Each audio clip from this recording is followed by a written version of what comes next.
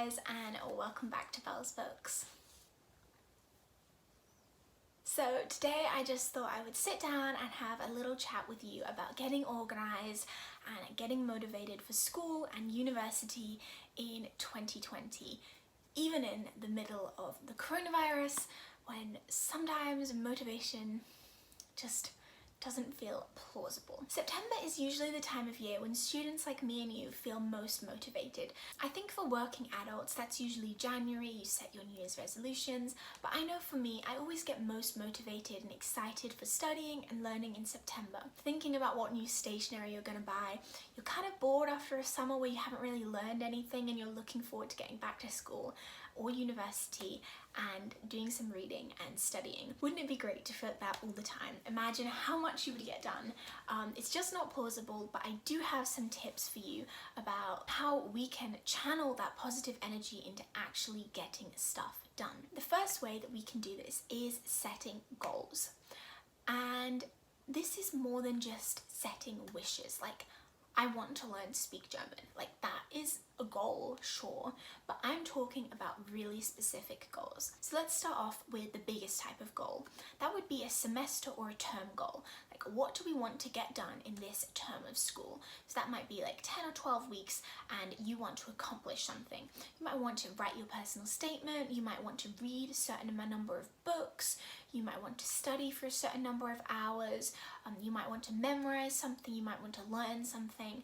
Whatever that goal is, it's quite a long-term goal that you're going to accomplish over the course of maybe 3 or 4 months. We then have weekly goals, and this is you figuring out what you need to do every single week in order to achieve your semester or term goals. So, for example, if you want to read a non-fiction book over the next 3 months, then you might work out that you need to read 2 times a week for 20 minutes each time in order to finish that book by December. If you want to write your personal statement and you have 10 weeks before your personal deadline for doing that, then you might split your personal statement into 10 tasks and do one of those tasks every single week and make time for it, schedule it in so that you don't fall behind and you don't have to do all of it all at once. You can do it in very small pieces gradually. The second tip I have for you is create a space in your life, in your room where you're living, that will keep you motivated for more than just a week. So this term or semester is especially strange. Some of us might be back home with our parents, some of us might just be working in our university rooms or living in a flat like normal. There's likelihood that some of us will be in quarantine for this time, self-isolation and social distancing. Overall, we're probably going to be able to go out and do less than we would be able to usually. We have to make the best of the situation that we're in. And if the situation that we're in means that we have to stay home and kind of hang out in our rooms, then let's make that a space where we can be productive in our rooms. Because I'm all for watching Netflix for hours, but trying to do that for months when you have actual deadlines and responsibilities and things that you want to achieve in life can sometimes be detrimental to our overall life goals and life plan. So spend a little bit of money or take a little bit of time and tidy up your room and create the best possible study place that you can create in that area. If you're a messy person, this might be investing in storage containers so that you can tidy up quicker and your room doesn't stay so cluttered for so long. If you don't have a desk or even space for a desk, then consider buying a bed desk, a tray table. I'm gonna add a photo in here. And these are amazing for the days when you don't want to get out of bed and you still want to do work, or if you don't have access to a desk, then you can actually work from bed a lot easier and it doesn't feel quite like a bed. My third tip is buy some stationery or organizational equipment.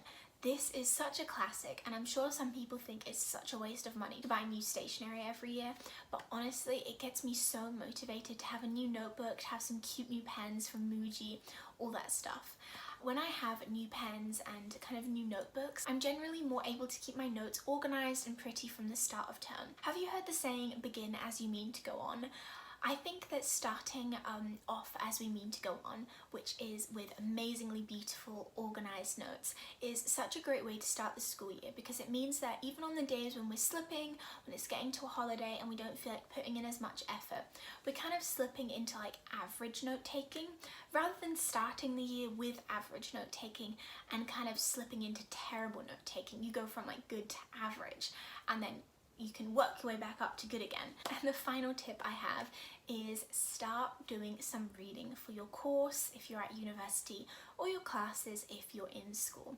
So read some essays that you're interested in, do some problems, write some paragraphs, maybe read a book or two. Try and ease yourself back in now before term hits so that you can gradually remember how to study and how to do work, rather than it hit you in the face like a sledgehammer the day you start uni and lectures again. And just remind your brain and remind your body what it's like to sit at a desk and concentrate on something other than a 15-second TikTok. Staying motivated isn't necessarily a straight road that you're driving down. It's more like a road where you have to take pit stops. Maybe you get out of the car every so often because you see something pretty and you get distracted. I don't know. My point is that staying motivated is not necessarily the most straightforward thing.